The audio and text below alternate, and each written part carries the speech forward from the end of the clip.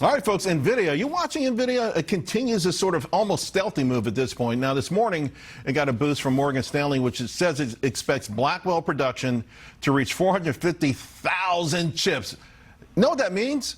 That's $10 billion. This is the fourth quarter. Obviously, that's great news and good news for my next guest. I'm going to bring in Gabelli, John Belton. John, welcome to the show. Thanks for having me. You've got a lot of Nvidia, right? This is one of your favorite ideas right now. Yeah, one of our biggest positions in all of our growth funds at Gabelli. The narrative over the Wall Street narrative has been the play is over.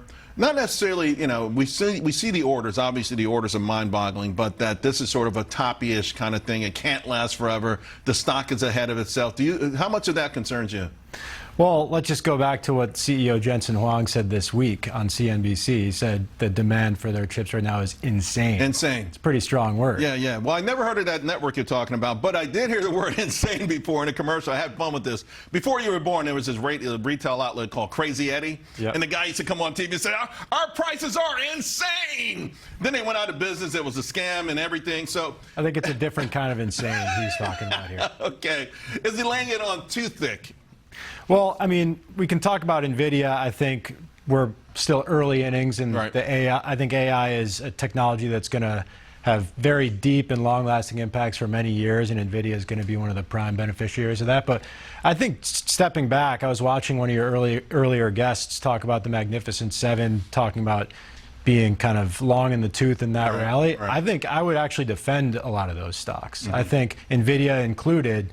And maybe let's remove Tesla from the conversation. We can call it the six-pack. Right. These are companies with really strong revenue growth, strong margins, still expanding margins, good shareholder-friendly capital allocation policies. And year to date, I think they've generated more of the index's earnings growth than they have the index's performance. So I think the fundamentals really do justify the stock performance year to date for these stocks. By the way, I agree with you. I think it's amazing. Everyone's saying, oh, the 493 are going to have pretty strong earnings growth at the end of the year, and still the Mag 7 will probably enjoy better growth at much higher, a much more complicated. Well, and I think you could also say earnings expectations. The Mag 7 have been over-delivering on expectations.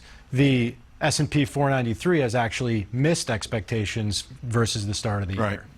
Let's move to other areas here, because I was intrigued by the fact that you do see some attractive names in healthcare. Yeah, well, I think I mean, outside of the miracle weight loss drugs, it feels like there's no one else. There's no other story or narratives going on there.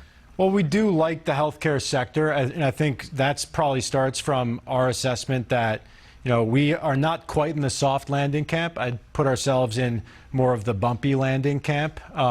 The scene in the movie Airplane comes to mind when they're trying to land the plane and they do so safely, but it's not exactly pretty. Right. But so I think healthcare is a sector that we like the defensive attributes of the sector as a starting point. And then within healthcare, we have a couple names in medical technology we like, Boston Scientific being one of them. Boston Scientific is a company that has really structurally accelerated its revenue growth. Right. It's got a really strong portfolio of market-leading franchises across a bunch of different medical surgery end markets.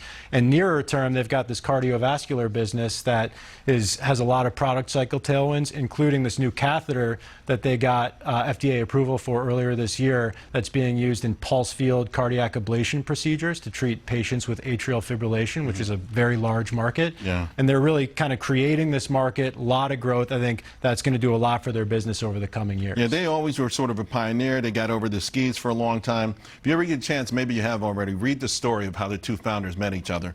Real quick, less than 30 seconds. Homework, okay, I'll do that. I do that occasionally. GE Aerospace is also a name you like. Yeah, GE, I think it's an aerospace and defense sector. We really like the sector.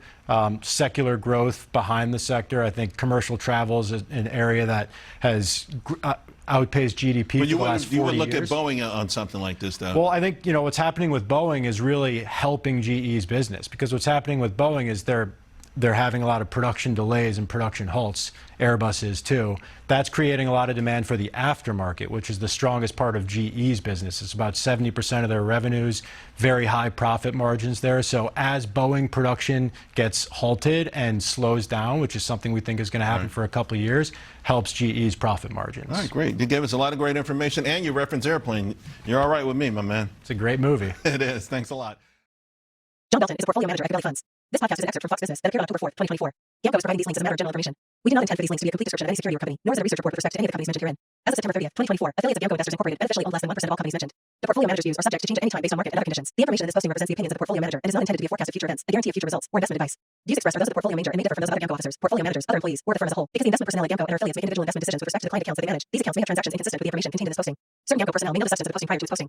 This webcast is not an offer to sell any security, nor is it a solicitation of an offer to buy any security. For more information, a prospectus, or summary prospectus, visit our website at www.gabelli.com or call 800-GABELLI or 800-422-3554-914-921-5100 fax 914-921-5118 info@gabelli.com.